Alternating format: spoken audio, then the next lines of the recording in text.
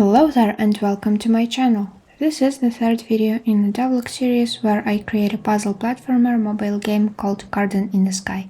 In the last video we ended up with a game looking like this. So the main game mechanics, controls and even the environment are all there. But one significant thing is still missing.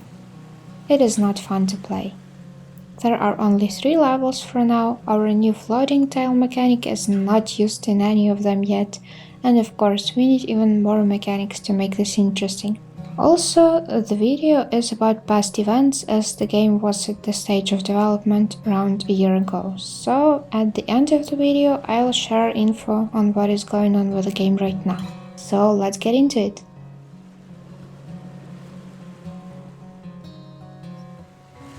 For this biome, I plan to add 2 more mechanics, and the first one is a teleport tile.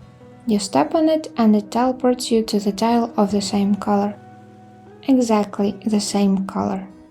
All such tiles are purple, but different shades of purple, so it kind of hints at which tile teleports you where.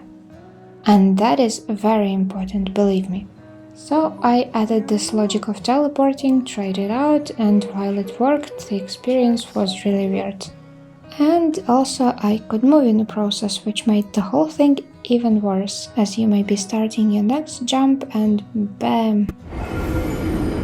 Dead body reported. So I decided to lock the character while teleport is performed and also add a nice disappearing animation, because that should be easy, right? So I did a little bit of coding and as usual here are my mind-blowing results.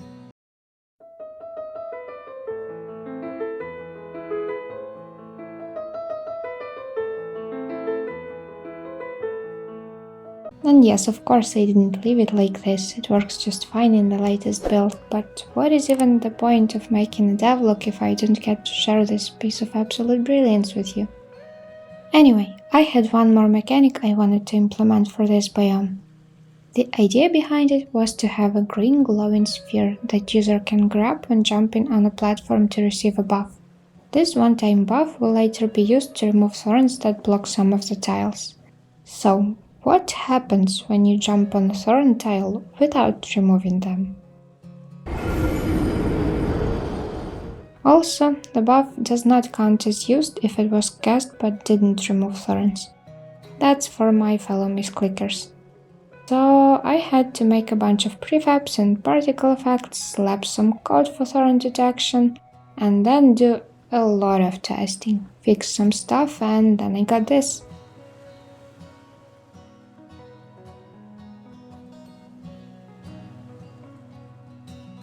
The most fancy-schmancy mechanic in this game. You have probably noticed a common game design pattern in all those mechanics, right? There are rules like you jump only to adjacent tiles, no diagonal jumps, have to go through all the tiles exactly once to complete the level. Then, when the rules are set, time to break them or maybe bend them. Like the moving tile, where you can jump away at any point, because yes, you can only jump on adjacent tile, but what if every tile is adjacent? So it's only up to players to decide where to jump off. Or a teleport tile, which opens a whole new piece of level. Jump on it now or after marking all the other tiles. Both these mechanics are there to give more options and variants to an otherwise very simple level and main mechanic. But what if there are too many options? There you go, buff tiles. Its idea is the opposite of the previous ones, to limit players' options. Want to go to that tile on the map, then you have to get a buff and remove those turns first. It is kind of guiding players in the right direction in cases where there would be too many options otherwise.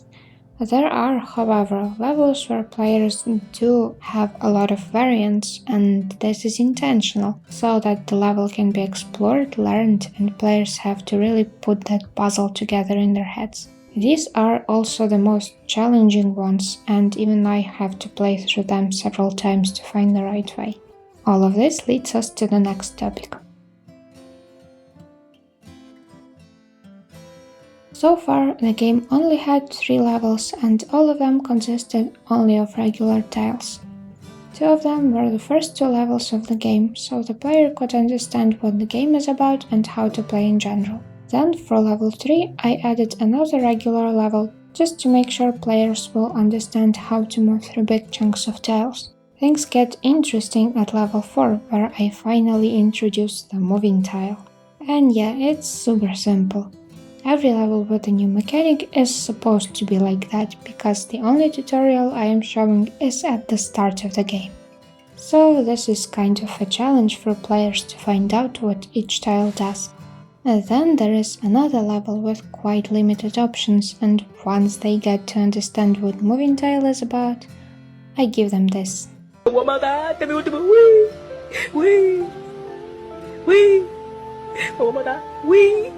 But seriously, this is how this level looks.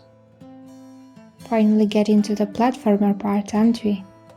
The next level is an introduction to a buff mechanic which I already described.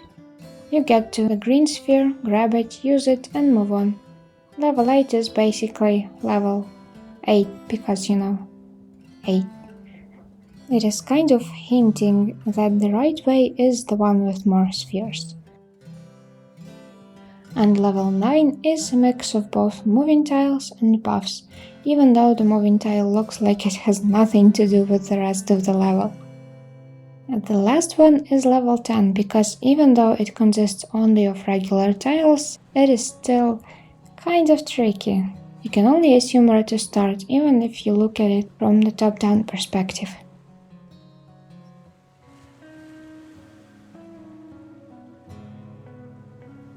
Generally, I keep these videos in chronological order, but it finally happened, and I just can't ignore it. Ladies and gentlemen, I've become an Elden Lord.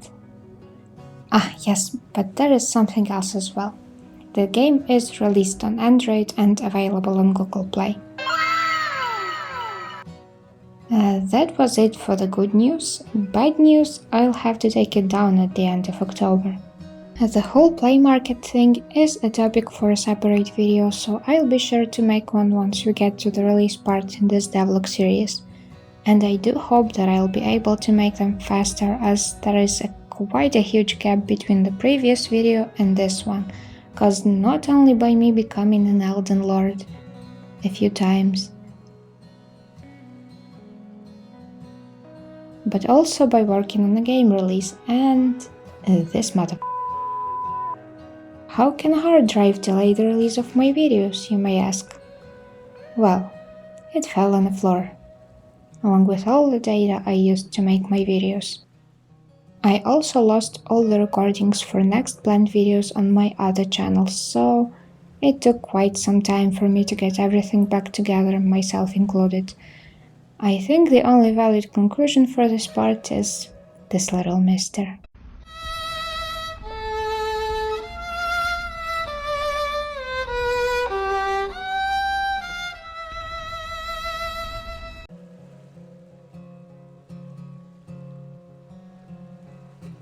So, with all of this out of the way, let's look at the game now. We got all of our mechanics finally in place. There are 10 levels and all of the mechanics are included. For the next one, we are going to go even deeper with the level design and also finally replace all the ugly placeholders. So subscribe to this channel if you want to see the next video, leave a like if you like, check out my other channel if you're into games, and don't forget to check out the game in Play Store. Let us meet in the next one. Bye!